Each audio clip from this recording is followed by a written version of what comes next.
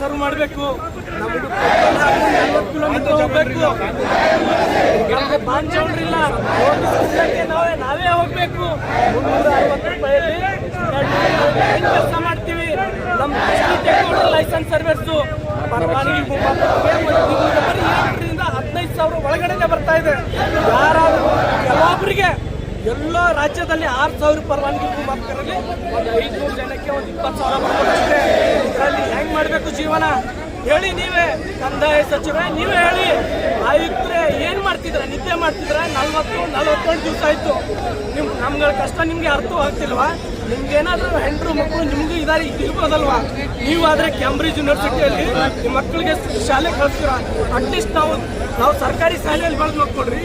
ಇಲ್ಲಿ ಇರೋರೆಲ್ಲ 6,000 ಪರವಾನಗಿ ಭೂಮಾಪಕರು ಸರ್ಕಾರಿ ಶಾಲೆಯಲ್ಲಿ ನಾವು ಎಜುಕೇಷನ್ ಮುಗಿಸ್ಕೊಂಡು ಕಷ್ಟನೋ ನಾವು ಊಟ ಮಾಡ್ಕೊಂಡು ಹೆಂಗೋ ನಮ್ಮ ತಾಯಿ ತಂದಿನ ಮಕ್ಕಳು ಸಿವಿಲ್ ಇಂಜಿನಿಯರು, ಸಿವಿಲ್ ಡಿಪ್ಲೊಮೋನು ನಾವು ಮಾಡ್ಕೊಂಡು JOC ಮಾಡ್ಕೊಂಡು ಬಂದಿದ್ದೀವಿ. ಇದಕ್ಕೆ ನ್ಯಾಯ ಕೊಡೋರು ಯಾರು? ನೀವು ಯಾಕೆ ತಗೊಂಡ್ರಿ? 2015ರಲ್ಲಿ ಶ್ರೀನಿವಾಸ್ ಪ್ರಸಾದ್ ಅವರು ನಿಮ್ಮನ್ನು ಒಂದೇ ಬಾರಿ ವಿಶೇಷ ನೇಮಕಾತಿ ಅಡಿಯಲ್ಲಿ ಕಾಯಂ ಮಾಡ್ತೀನಿ ಅಂದರು. ನೀವು ಯಾಕೆ ಹೇಳಿದ್ರಿ? ಸುಳ್ಳು ಭರವಸೆ ಯಾಕೆ ಕೊಟ್ರಿ? ನೀವು ಕೊಡ್ಲಿಲ್ಲ ಅಂದ್ರೆ ನಾವು ಡಿಪಾರ್ಟ್ಮೆಂಟ್ ನೋಡ್ರಿ, ಇವೆಲ್ಲ ಹುಡುಗರು ಮುಖಗಳು. ಮುಖ್ಯಮಂತ್ರಿಗಳು ಕೂಡ ನೀವು ಕೂಡ ಏನಂತಂದ್ರೆ ನಮ್ಮನ್ನು ಕಾಯಂ ಮಾಡ್ತೀನಿ ಅಂತಂದ್ರಿ. ನೀವು ಮಾಡ್ತಿರ್ಲಿಲ್ಲ ಅಂದ್ರೆ ಈ ಹುಡುಗರು ಇವತ್ತು ಬೀದಿ ಪಾಲಾಗ್ತಿರ್ಲಿಲ್ಲ.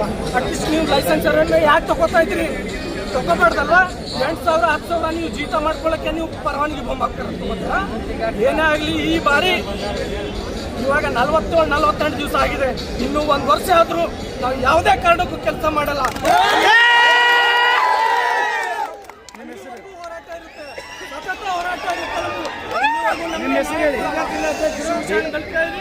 ಪರವಾನಗಿ ಭೂಮಾಪಕರ ಸಂಘದ ಜಿಲ್ಲಾಧ್ಯಕ್ಷರು ಬೀದರ್.